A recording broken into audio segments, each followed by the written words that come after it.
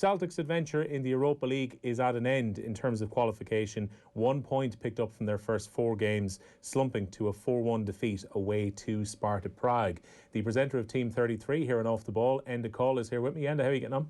Well, I was on OTB this morning talking about Celtic. You were angry on OTB. I was angry. How do you think I am? Probably a lot more angry after seeing Celtic lose 4-1. This is a horrific run of form now, Enda. This is 4 defeats in their last 9 games in all competitions. Meaningful football in terms of Europe is now at an end for the season with 2 games to go.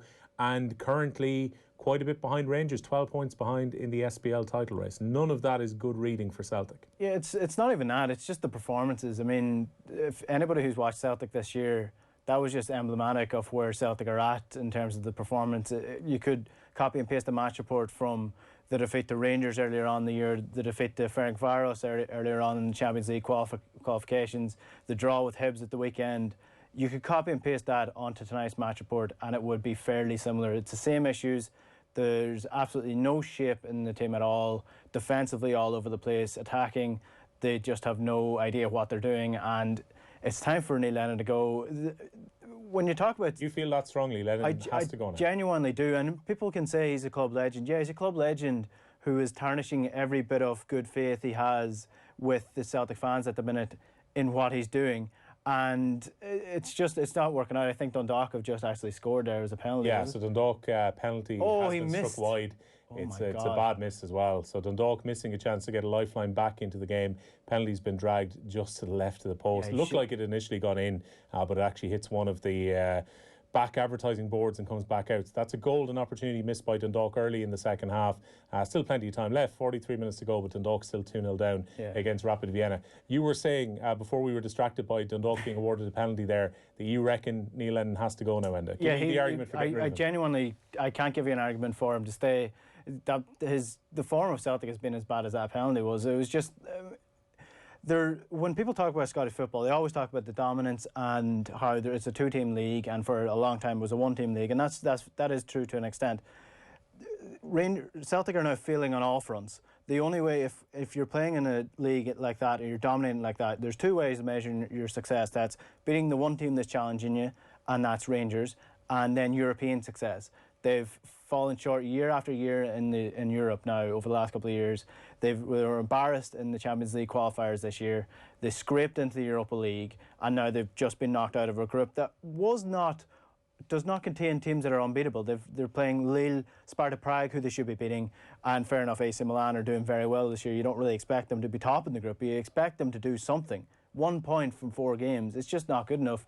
And we're currently looking at a situation where the board has 2 choices. It's get rid of Neil Lennon now, get a bounce, and you still have plenty of the season to go into with a very strong squad of players, or you can continue on with Neil Lennon now, nothing changes, Celtic ruin their chance of 10 in a row, and they do nothing in Europe. And that's as simple as it. That's what the choice the board have, and I know what choice I'll be making. The argument was made for a while, Enda, that maybe the board might be somewhat culpable about Celtic's drop-off in standards, because when Rangers came back into the SPL, Celtic were still coasting. You've got Brendan Rodgers sweeping up every cup every season before he goes back to the Premier League to join Leicester City a little bit over a year ago. Neil Lennon comes back into the club, and there was that argument being made that maybe Celtic weren't investing into the team.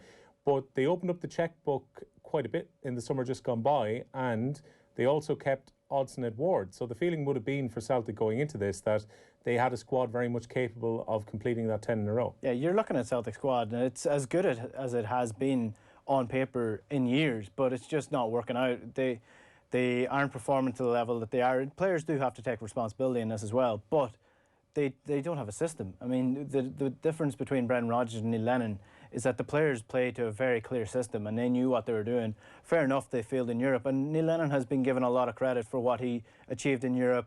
For example, the Barcelona win in his first tenure in 2012, and then again Lazio then last season.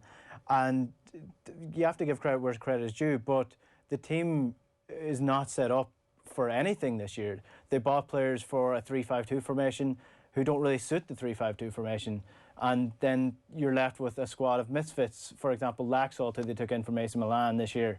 He's a winger. He's not a wing back. Which was a much hyped signing as well. The feeling was he'd be bringing the team to a next level. And I suppose the reason behind that and the reason they had faith in that was because they had Greg Taylor playing at left back, who is very much an average squad player. Like he'll do against your Hibs or your Ross Counties or your Aberdeens, but he won't do in the European nights. And Laxalt would have been seen as the player that would actually do that. But the problem with Laxalt is that he's a winger who doesn't come back. The same with Jeremy Frimpong at right back. And when you're playing both of them with Scott Brown, who's 33 now, I mean, that's a recipe for disaster. Teams are going to pull you apart, and that's what's been happening in Europe, and that's also what's been happening in the Scottish League. There's lesser teams that are pulling Celtic apart this year. It's not even just the AC Milans or Rangers who are top of the league. Hibs tore Celtic apart.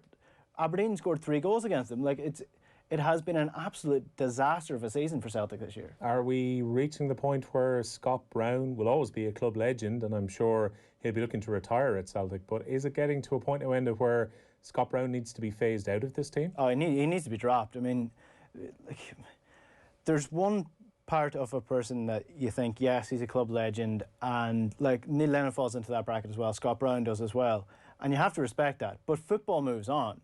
And if you don't move on and you just sit on your nostalgia and happiness of what happened in the past, then it will pass you by. And that's what's happened with Celtic here. Scott Brown, it's no fault of his own. He just doesn't have the legs anymore. So you need to start phasing him out.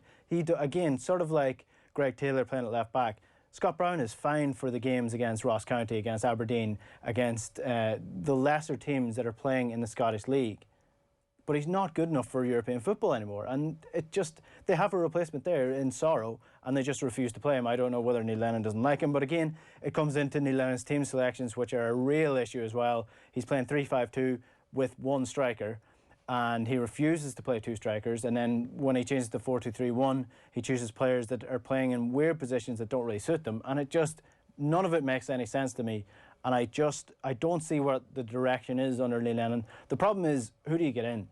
Who comes in the middle of a season in Glasgow? Because people underestimate how much of a bubble Glasgow actually is in terms of the frustration, the anger, the hostility within the city itself. How attractive a job is this? Given I think it's a given hand, but Rangers are 12 points clear. It's a bad job, but if you succeed, you are forever written in the history books of Celtic Football Club. And I don't know how much that means to people. I do think Celtic fans overblow what it actually means to people outside of the club, what this 10 in a row title means.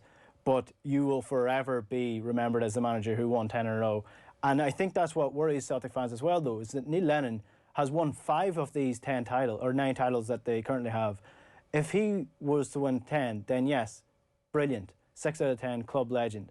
If he leads Celtic to losing the 10 in a row to Stephen Gerrard's Rangers, then that's his reputation as a Celtic manager gone forever. All right, I'm a genie and I can give you a wish here. And who do you think the next Celtic manager should be? The next Celtic manager, I'm not sure. For the future, I would like to see Eddie Howe. I do think he'd be a good manager, but I question his mentality going into a club in Glasgow this year. Next year, I'd like to see him taken on, but I'm not sure who comes in and finishes this job. So your argument would be Eddie Howe is a squad builder. We've seen what he's done at Bournemouth. It's about survival and getting his team playing nice football, but mightn't necessarily be the cutthroat kind of manager that needs to go and cut down this ground on Rangers. Yeah, and inevitably you're going to have a bounce, right? So Eddie Howe could be the man who does it. He comes in, refreshes everything, and they do go on and win the title. And then you have your manager there to build for the future, because the league doesn't end after 10 in a row. It continues on. So you need to keep building, and Celtic have lost ground massively in Europe. So that's where they need to improve. But you do need a manager of real character and real just strong will to come in and lift this out in a 10 in a row season. So I don't know if Eddie Howe is the man. I don't know who is. Maybe Gordon Strachan's the man. I don't know if he is. Well, we'll see who ends up in the hot seat and whether Neil Lennon stays on, because a lot of cash is maybe built up by being a club legend, as Enda mentioned.